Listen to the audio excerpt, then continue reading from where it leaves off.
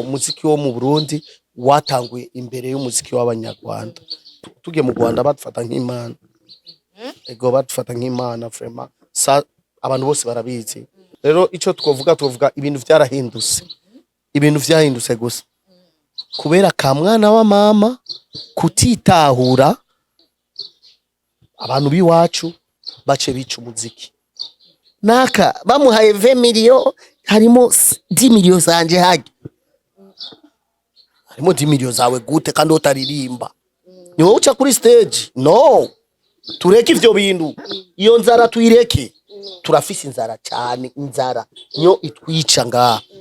Est-ce que narigeze mba umudanseuse w'umuntu hakaza kunkotesha uwundi muntu?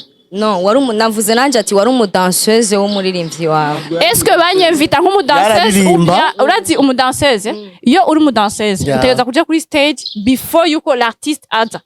Warigeze umbona? Ariko hari ukuntu babitegura neza. Oya warigeze umbona nateguye choreography ngo ndagiye nabona muri afise pouvoir yo kuja muri en fait ari gihe abantu bashaka kajya ka touch bazi ujya muntu babonye ngabura ninde yoza kumfasha ngaca ndamusaba nkamuhasinye please ingo akaja kuri stage kubera twamaze kumenyerana. Warigeze umbona kuri stage ata micro mfise mu kuboko? Big Fizzo manager wiwe muri no mwanya nawe nyene akaba ari umutambukanyi wiwe Edith Kimana. Ubwo Lolilo kugira yumvire kuvuga ati madame wanje abe manager wanje icyumviro cyo bacaravuye harya canke byari bisanzwe biri mu mutwe?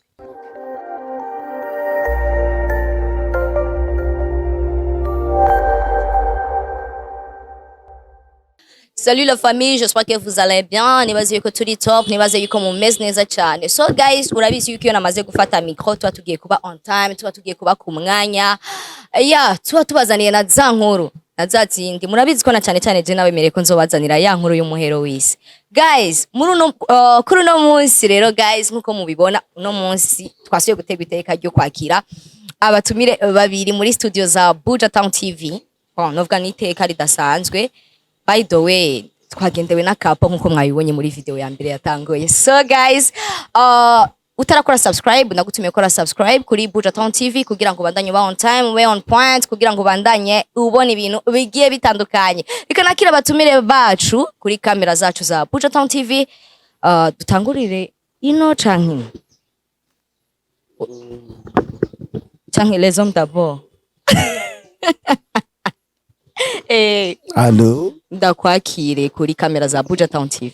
Okay, ndanezerewe kuba ndi kuri Buja Time TV. Hanyuma bariko baradukurikira ndabaramukije mwese. Ndabifuriza umunsi mwiza. Turi kumwe na Nice Sky hamwe na manager. Yego. Madame Simba mzizi wa jiwe. Ndakuramukije Nice. Ndakuramukije. Rameze neza. Je ndi top, meze neza cyane. Ayi ndashima. Ndamukiza wakunze ko aradukurikirana muri kano kanya kuri Buja Town. LOLIANE ngaha, manager wa LOLILO. Sa femme aussi. Bivana n'ibyo mushaka ko. Sa femme agaca bana manager. Eko. Mwaciyumviriye guti ico kiyo. Biravana n'akazi umwe bose basanzwe akora. Uwo je nk'ibyo nkora birimba. Mu byo natanguye gukora bien avant, mais birafitanye isano n'ibyo mperutse guherezamo. Ariko nibishasha bibaye official ubushasha. Sino byari bisanzwe bikorwa n'umundi no mu buzima busanzwe. Ndabakire cyane kuri kamera zacu za Buja Town TV. Lolilo wewe si ubwa mbere novuga ati Lolilo ngaho haramaze kuba muhira. Niyo mpamvu twakwimye mikro. Yego ni muhira kabisa, namaze kubamenyera kandi bakora akazi kabo buri munsi nkuko bikwiriye. Yego. Navuga ati nabaririmbyi ni Big Fizzo manager wiwe muri no mwanya nawe nyene akaba ari umutambukanyi wiwe Edith Kimana. Ubwo Lolilo kugira yumvire kuvuga ati madame wanje abe manager wanje icyumviro cyo bacaravuye harya canke byari bisanzwe biri mu mutwe? Novuga ko nabwo byari kubera ngo Fizzo yagize kujyanye onacho tubikurikire oya byari bihari kuva kera.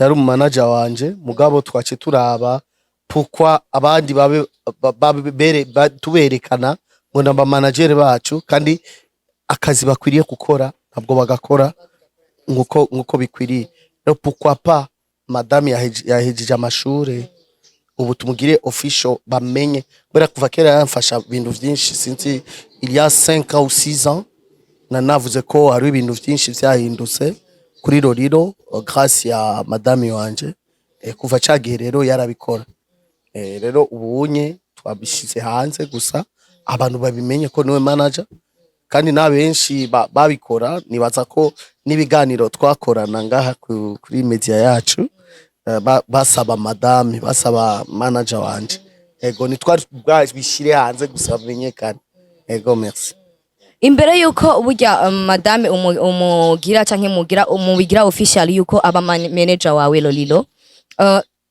hari yindi management wari usanzwe ufise canke wari wenyene narinje mu yindi management yari sinibuka ya management hariho JC hariho n'ijya mwahuriyemo n'ujya muri Rempye wose na Chanel hamwe na nani sinzi yindi yitwa gute umubosi yari yitwa gute wa mubosi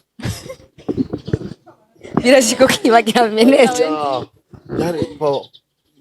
Anaclé yitwa Anaclé na niwe twakoranye aramfasha ko ngenda muri Tanzania yari umuntu wa mbere mu manager zose na management zose nanaciyemo numwe gusa yitanze akandihira itike yo kuja muri Tanzania vraiment mugabo nivyo nyene yarishe mugabo ibindi narikoreje nyene kukotesha amakamera kwinjira muri Wasafi kuririmba mugabo urumva ko ni pa ya mbere yari yamaze kubikora yakoze ikindi kintu abandi bataragikora ego hanyuma ninjira muri JC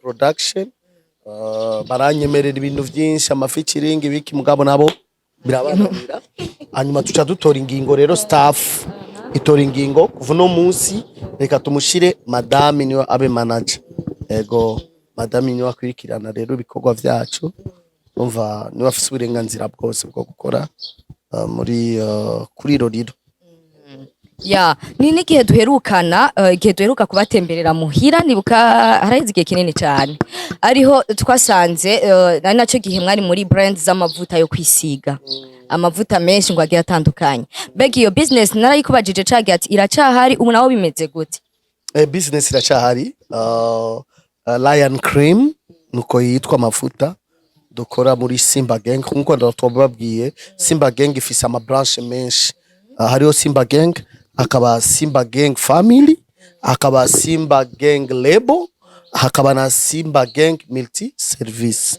rero Simba Gang Multi Service nimwe ibintu byinshi harimo abakora amavuta hariho ama restaurant harimo ama salon de coiffure hakabamo ama studio hakabamo ibintu byo gukodesha amapareye kugira urumva ni ibintu byinshi muri Simba Gang naguciriyemwo Simba Gang Multi Service ni uruganda rwaje kugira ngo rufashe impano z'abajene batandukanye ariko umwe wese muca ashoboye ariho haca haza iyo donc ibintu bitandukanye hari abakora amavuta hari abakora ama restaurant hari abakora ama studio hari abakora ma salon ibintu bitandukanye by'umwe igihe duherukana na LOLILO narayimubajije ko acambwira ati ubu madame ni wari karabikurikirana birakorohera gufatanya ofati ku managinga LOLILO uje ku managinga na company yuko ya iyo service ya Lion Simba Gang Multi Service ya Simba Gang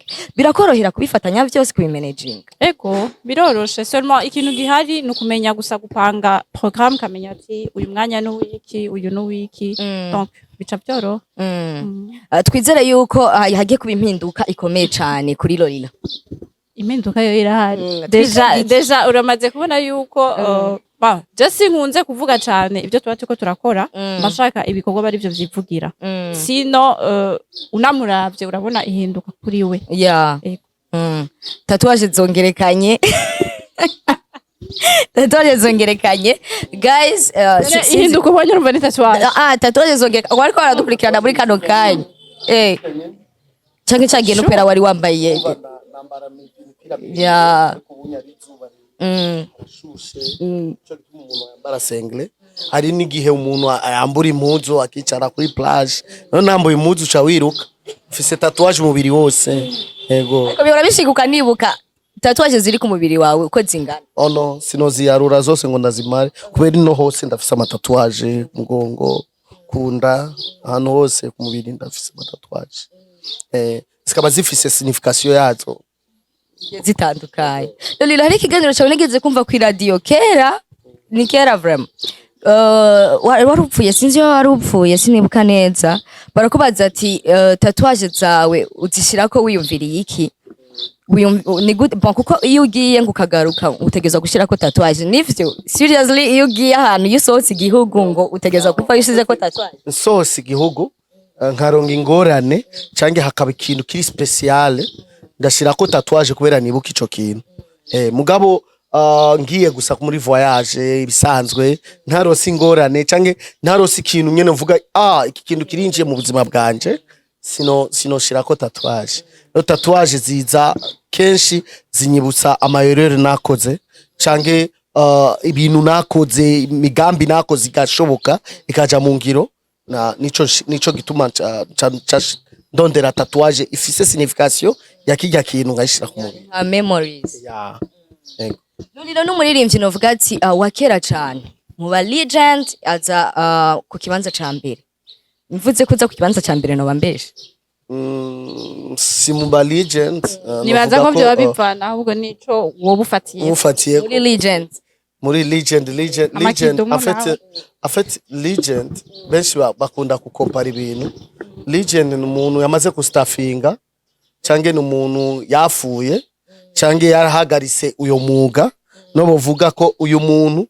arafise amaseve menshi kuri ico kintu niwe yitwa legend ariko ugikora ico kintu kandi ugishoboye ugifise inguvu witwa monument vivant je ndi monument vivant y'umuziki wo mu Burundi ico no cemera c'est sûr et certain ego Lolilo niwe muririmbyi novuga ati yatanguye gusohora video clip video ubwa mbere n'est-ce pas moderne Foko wajuta ko moderne kubera kera barazikora bacanjo wa misi ba Christophe Matata ba Africa Nova bakora ama video ego ariko zazindizo kuri RTNB ya kuri RTNB basohoka no hanze niho bakorera video genre haba hariho igatambara inyuma ego nga Africa Nova yasose hanze na canjo wa misi bagize ku ka jardin ajya kuri RTNB nyene buki cyasohotse mu mwaka wa kangahe Mbega mukobwa kugenda vyanga yagakoreye kuri jardin yasohotse mu mwaka wa kangahe c'était très longtemps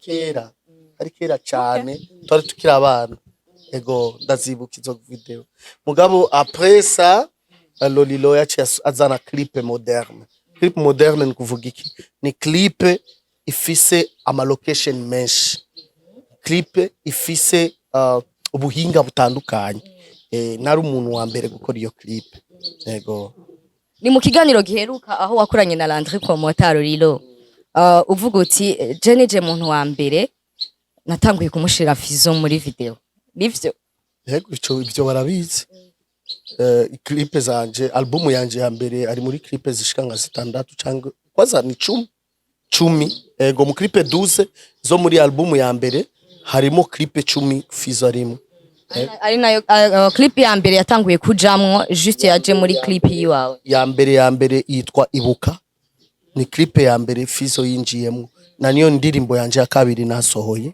ego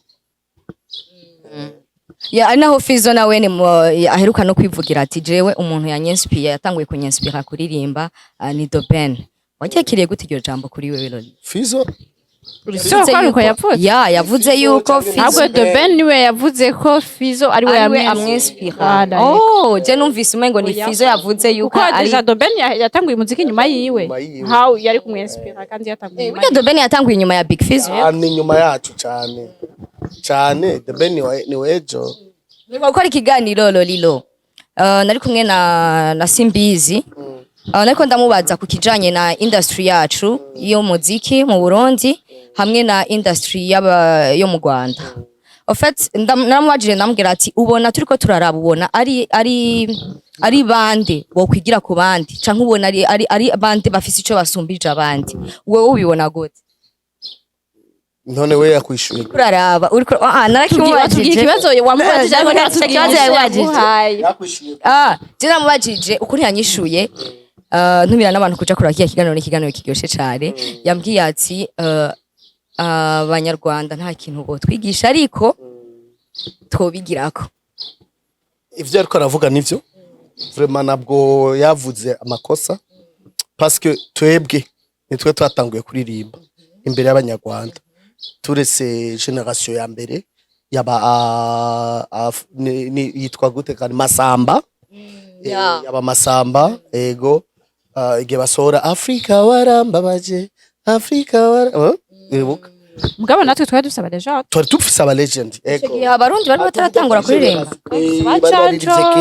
bacanjo bande ego niyo generation ya Masamba hanyuma après ça nitwe generation yacu niyo yakurikiye tuja mu Rwanda tugiye mu Rwanda badufata nk'imana ego badufata nk'imana vraiment ça abantu bose barabizi twarujuje nani stade amahoro twarujuje université ya Butare twarujuje petit stade iri hajya nyene impande ya stade amahoro mu Rwanda nyene i Kigali ego nagiye bahita gute hafi ya nani bahita Gisenyi Gisenyi naho nagiye ndanduzuza ego izo ni nani namateka yanje tuko ndababwira kuberekana ko umuziki wo mu Burundi watanguye imbere y'umuziki w'Abanyarwanda ego ahonye bakinge James nibari bwaze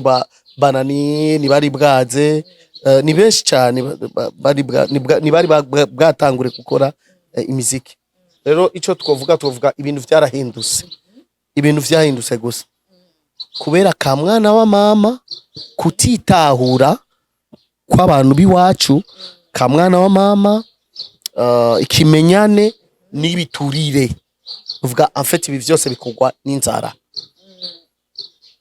abantu biwacu bace bica umuziki turasubira inyuma kubera bashira imbere inda zabo bagashira imbere kimenyane kubera baronge nyene ukuntu bafata muri ayo mahera et puis umuziki mu Burundi ucucika inguvu kubera iki batora abantu batafise inguvu bagwanire ijya place twagwanira urumva umuziki uca umanuka simbizi yabivuze neza cyane tworabira ku Abanyarwanda barabiriki barabatala uyu afise talayi arakomeye eske tumushize hajyanye yokora concert na Beyoncé cyangwa yokora concert na Chris Brown bararaba apana utora umwana atazi ivyo arimo atazi icari c'umuziki umushire hariya atangure kuririmba mademito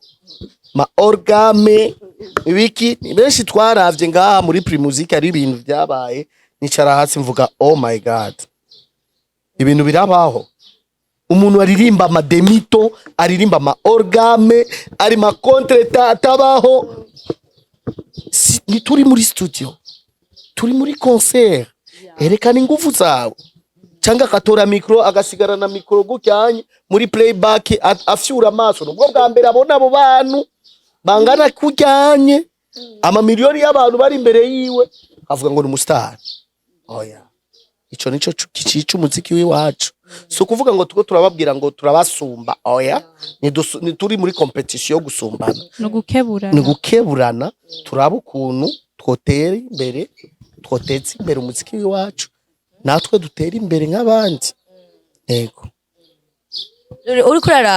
uri kuraraba industry yacu muri kano kanya ubona ho hindurwa iki ubona ufise ubushobozi bwo guhindura nk'ikintu wo hindura iki kugira ngo umuziki wacu ubashe gushika aho hantu abarundi twese dukwiye kuhinduka abantu bose bo mu Burundi kugira umuziki utera imbere twese dukwiye guhinduka sinzi kubera twaciye mu ngorane nyinshi cange twaciye mu munani novuga mu ngwano mu ntambara nico gituma tumeze gutya twarababaye cange ni inzara dufise sinahura en fait aho tushitse no munsi dukwiye kuraba ni igiki cyo hinduka. Rero we utora umucuraranzi par exemple ukamukompara n'umucuraranzi uriha 150 million, uyo mucuraranzi umuriha 500,000 ukakompara n'umuntu uriha 150 million, ico kintu nigishobora kuba ntibashobora kuba egal nta n'umunsi n'umwe. Rero ico dukwiye guhindura, tureke kamwana wa mama karica akazi, tureke ikimenyane. Onaka turasangira inzoga shira naka turasangira inzoga mangurira icupa, oya turabe tala y'umuntu kugira bamushire mu cange naka bamuhaye 20 million harimo 10 million zanje hage, harimo 10 million zawe gute kandi utaririmba? Ni wowe uca kuri stage? No, tureke ivyo bintu, iyo nzara tuyireke. Turafise inzara cyane, inzara nyo itwica ngaha, turaba mada yacu turaba mada yacu. Rero urya mucuraranzi urya mucuraranzi ashoboye umufate nk'umucuraranzi nyene umuriha amahera akwiye. Uno musi umuhaye 20 million sava, ejo uzomuha 30, ejo uzomuha 50 canke 100 million, azoba afisi ga level yujya nyene wazanye ngaha. Hanyuma umuziki uzoba uhindutse, tuzoba dufise inguvu, azogendera mu modoka nziza, azoba mu nzu nziza, azokubahwa, azotera imbere, n'abandi bacurazi bamubonye bazomutinya, azotera imbere. Rero ivyo bintu bitatu, kamwana wa mama, ikimenyane n'ibiturire, mubireke ivyo bintu ivyo vyonona umuziki wo mu Burundi. Merci beaucoup. Ega aho buza gukera tuza gusangana Loliane yabaye umuririmbyi kubera tuvyitege cyara. Oya narabibayemwo kandi sindiko ndabisubiramo. Mugabo umuziki wowo ndi muri industry mugabo nkora umuririmbyi. Kuki rero to bijamo kabandi bose ko baragenda Loliane? Burya umwe wese afise ingabirano yiwe. Je narabibayemwo kandi ushobora kugira ingabirano mugabo ntiba ari yo rêve yo kuyikoresha. Ahubwo ndakwibuka uri umudanseuse waratamba. Sinigeze mba umudanseuse. Hari igihe ugeze Igitega. Sinigeze mba umudanseuse w'umuntu, ahubwo nabanje kuririmba. No umusani wawe no naramwe yageze utambana na Loliane. En fait hariho ku différence ibintu sivyo. Est-ce que narigeze mba umudanseuse w'umuntu hakaza kunkotesha uwundi muntu? No, navuze nanje ati wari umudanseuse w'umuririmbyi wawe. Est-ce que banyemvita nk'umudanseuse? Urazi umudanseuse iyo uri umudanseuse utegeza kuja kuri stage before yuko l'artiste aza. Warigeze umbona?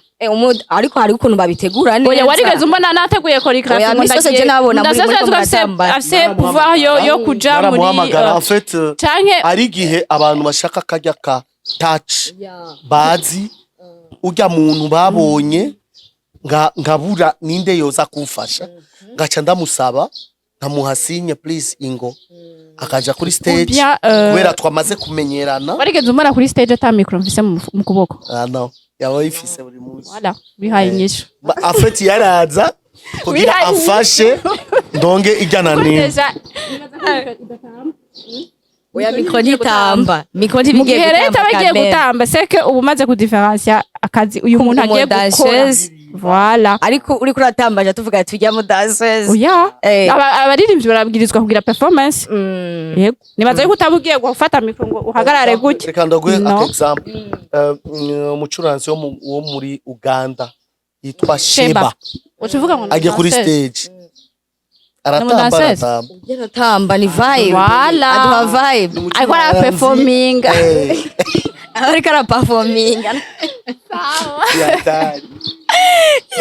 Mu gihe aba gifise irya micro hajya kuri stage ucu différence ati uyu yaje hariho umuririmbyi agashika nyene agatamba nyene gushika w'abantu bavuga ego Mr Champagne ni wabidukorera wewe.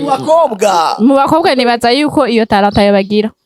Abo maze kubona je nibaza ko tayibagira. Ko batabazi ko batazi gutamba. Nibazi ko donc touche en fait umukobwa urafise ibintu vyinshi vyo kwatira même le public gusumbya abahungu mugabo nibaza ko tutaramenya kuyikoresha iyo talent nibaza ko tutaramenya kuyikoresha hanini abaririmbyi b'abarundi kazi gutanga cyangwa ugasanga barabiminimise Natasha ara performinga neza aje kuri stage voilà niwe muntu wenyene dufise ahora yitiriza iyo talent bakobwa Natasha vraiment ugatuma public ivibra apana ko ngo zijya ndirimbo zakora iyo bashaka bari kuja kuzumviriza mu cumba mugabo baje kukuraba face to face barabe ingene wifata ingene donc byuza gukora nyene bakeneye performance yiwa reka ndabashimire cyane Lolilo na Loliane ariko urazi kata amazina yawe tuzi Loliane amazina yawe niryo nyene oya amazina yiwanje bivanye n'ibyo mba ndiko ndakora